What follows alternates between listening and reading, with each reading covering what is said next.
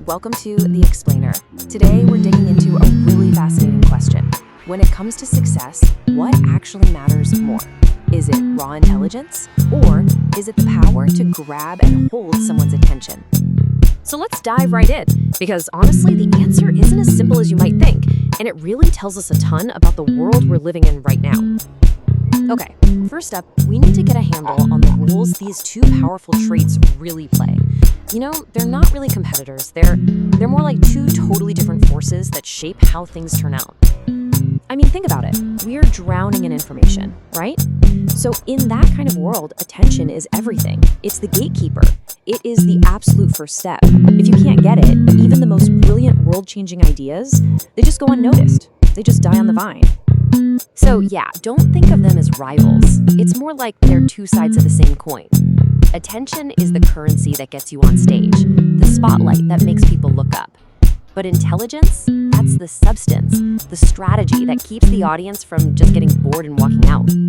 And make no mistake, we are living deep inside this attention economy. I mean, every single app on your phone, every brand you see, every creator you follow, they are all in this constant, fierce battle for just a tiny little slice of your focus, of your mental real estate.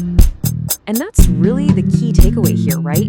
One without the other is just, it's incomplete. A brilliant strategy with no one paying attention, totally useless. And all the attention in the world with no intelligent plan behind it, well, that's just a recipe for a spectacular flameout. Okay, so to really get this, let's use a powerful analogy.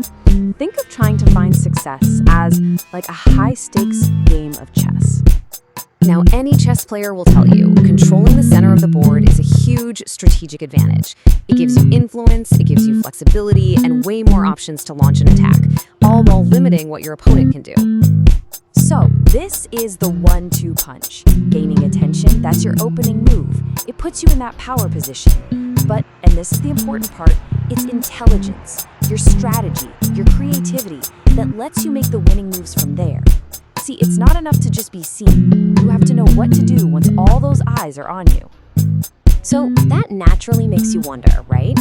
What happens when someone has one of these skills but not the other? This isn't some new phenomenon, and if you look back, you see some really fascinating and sometimes kind of tragic stories. And this pattern just repeats itself throughout history.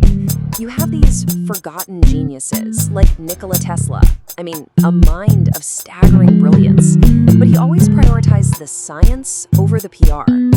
And then on the other side, you have these savvy operators, like Thomas Edison. He wasn't just a brilliant inventor.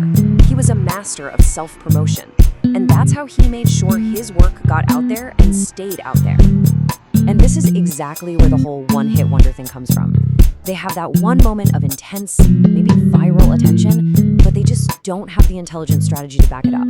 They can't maintain consistency, they don't network, they don't evolve.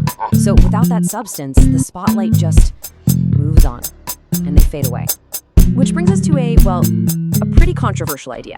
The thinking here is that any visibility, even if it's negative, at least puts you on the map. You can leverage it, you can pivot from it, because in this attention economy, the absolute worst thing that can happen to you isn't getting criticized. It's being completely and totally ignored.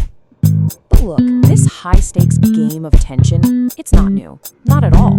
In fact, the whole art and science of managing it was professionalized over a century ago by some really fascinating characters who basically laid the groundwork for the world we live in right now.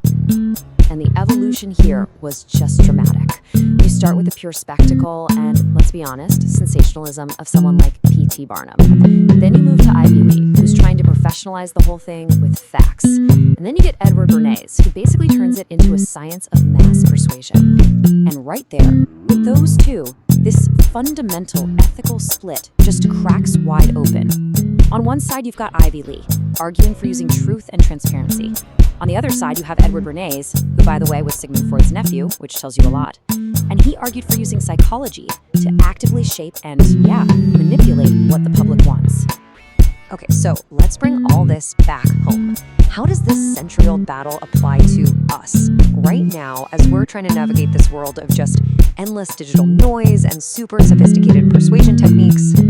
Well, the modern fight for our attention is it's absolutely loaded with ethical landmines. As consumers, consumers of information, we have to be more critical than we've ever been. We have to question the sources, the motivations behind every single message that's fighting for our focus. And here's the crucial point. Those persuasive tools that guys like Bernays pioneered, they're now supercharged by technology. We're talking about deepfakes that can create false realities, astroturfing that manufactures fake grassroots support, and disinformation that can spread across the globe in a heartbeat. It's eroding the very idea of a shared truth. And that leaves us with this final, really critical question. Once you understand this whole dynamic, the history, the strategies, the ethics of it all, you're empowered.